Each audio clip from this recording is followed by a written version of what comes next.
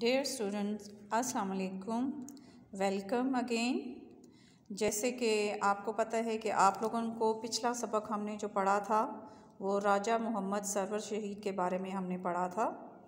तो आज मैं देखना चाहती हूँ कि कितने बच्चों को वो जो मैंने सबक पढ़ाया था, वीडियो दिखाई थी, तो कितने बच्चों को वो सबक अभी तक याद है और कितना याद है। ज़रा हम एक दफ़ा फिर उसी सबक पे नज़र दौड़ाते हैं जो हमने पढ़ा था। हम उसकी ज़रा दोहराई करते हैं कि आपने जो पढ़ा था आपको यकीनन वो याद होगा, लेकिन एक दफ़ा फिर मैं उस पर एक नज़र हम दौड़ाते हैं कि देखते हैं कि वो उसमें हम उस सबक में हमने क्या कुछ पढ़ा था। तो सबसे पहले हम आ जाते हैं जो है ये राजा मोहम्मद सरवर शहीद का जो है सफ़ा नंबर 36 से मैं आपके लिए पढ़ रही हूँ। सफ़ा नंबर 36 से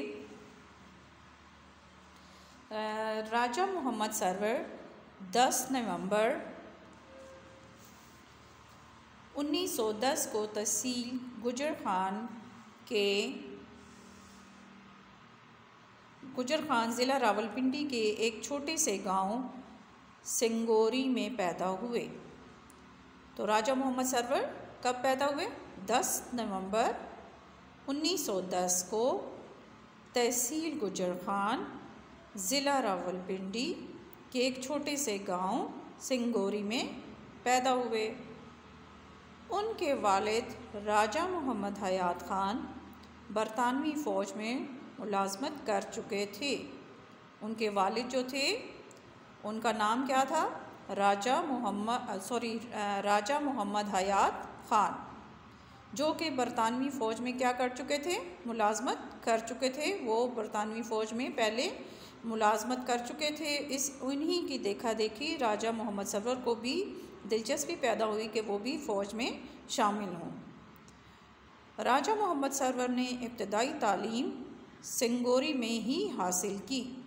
उन्होंने इब्तदाई तालीम जो है वो यानी नर्सरी से लेके 5th तक जो थी इब्तदाई तालीम उन्होंने अपने गांव से सिंगोरी से ही हासिल की। उन्होंने मिडिल स्कूल का इम्तहान पास किया। उन्होंने मिडिल स्कूल का, जैसे मैंने आपको पहले भी बताया था कि मिडिल स्कूल का इम्तहान उन्होंने कहाँ से पास किया था? फैसलाबाद से।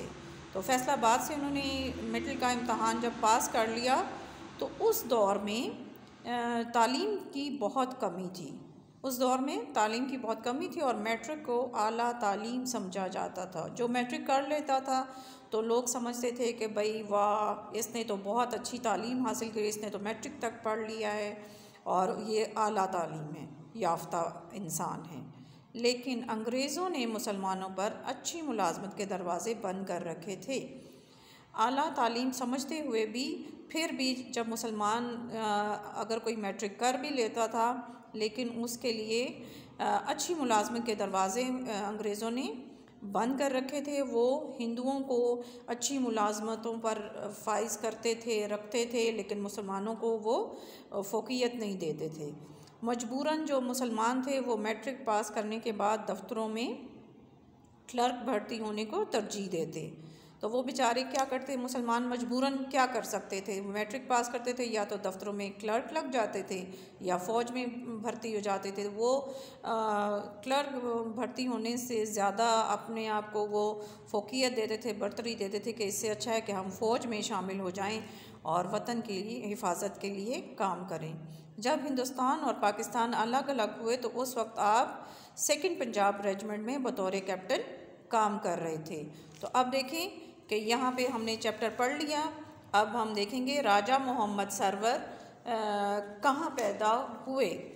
राजा मोहम्मद सरवर कहाँ पैदा हुए? तो अब हमने यहाँ पढ़ा तो राजा मोहम्मद सरवर 10 नवंबर 1910 को तहसील गुजर खान ज़िला रावलपिंडी के एक छोटे से गांव सिंगोरी में पैदा हुए। आप इसका आंसर यूँ भी लिख सकते हैं कि राजा मोहम्मद छोटे से गांव सिंगोरी में पैदा हुए। फिर दूसरा सवाल है, इनके वालिद का क्या नाम था? तो इनके वालिद का नाम राजा, यहाँ से हम ढूँढेंगे, इनके वालिद का नाम राजा मोहम्मद हयात ख़ान था। राजा मोहम्मद ने इब्तदाई तालीम कहाँ से हासिल की?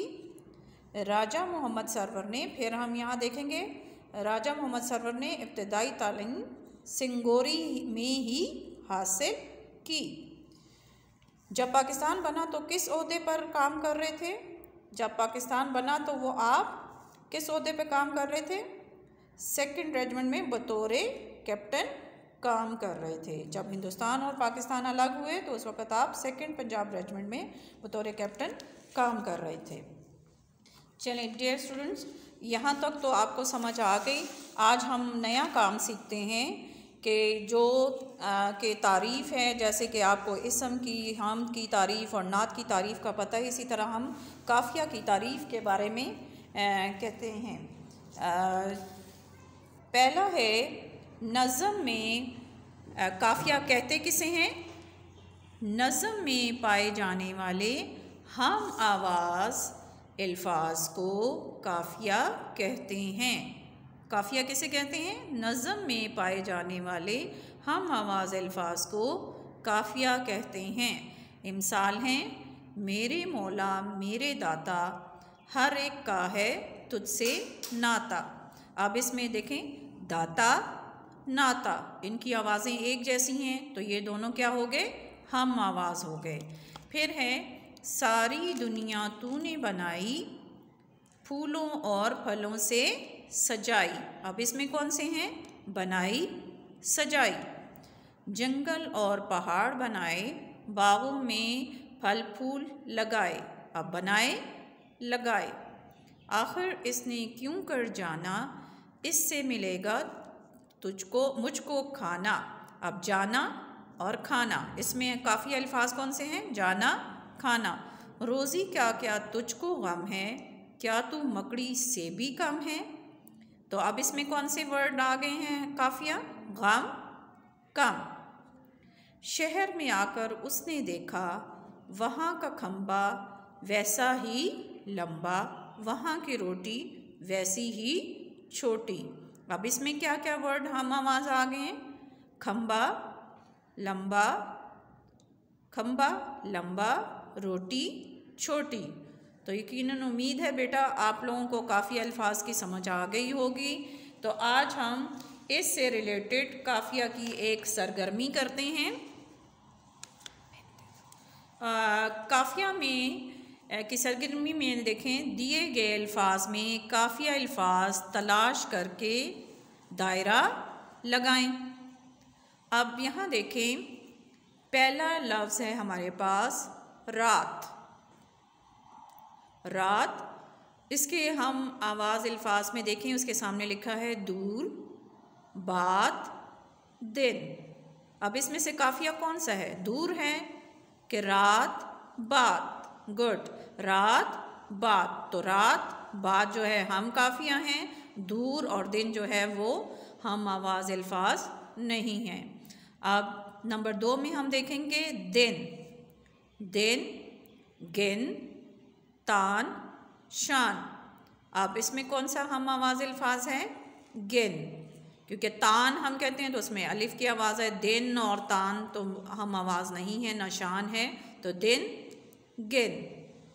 और दिन तो गिन, गिन को हम क्या कर देंगे? सर्कल कर देंगे। फिर है प्यारा, जाला, बड़ा, हमारा। तो अब इसमें क्या होगा? प्यारा, हमारा। तो हम हमारा को दायरा लगा देंगे। तारे, सूरज, सारे, आसमान। अब इसमें से कौन सा हम आवाज़ अल्फाज है? लफ्ज़ है सारे। तारे, सारे। तो हम सारे को, सारे पर दायरा लगा देंगे। नंबर 5 है चाँद, आँख, अच्छा, मांद। तो चाँद, आँख हम आवाज़ है, चाँद, अच्छा या मांद।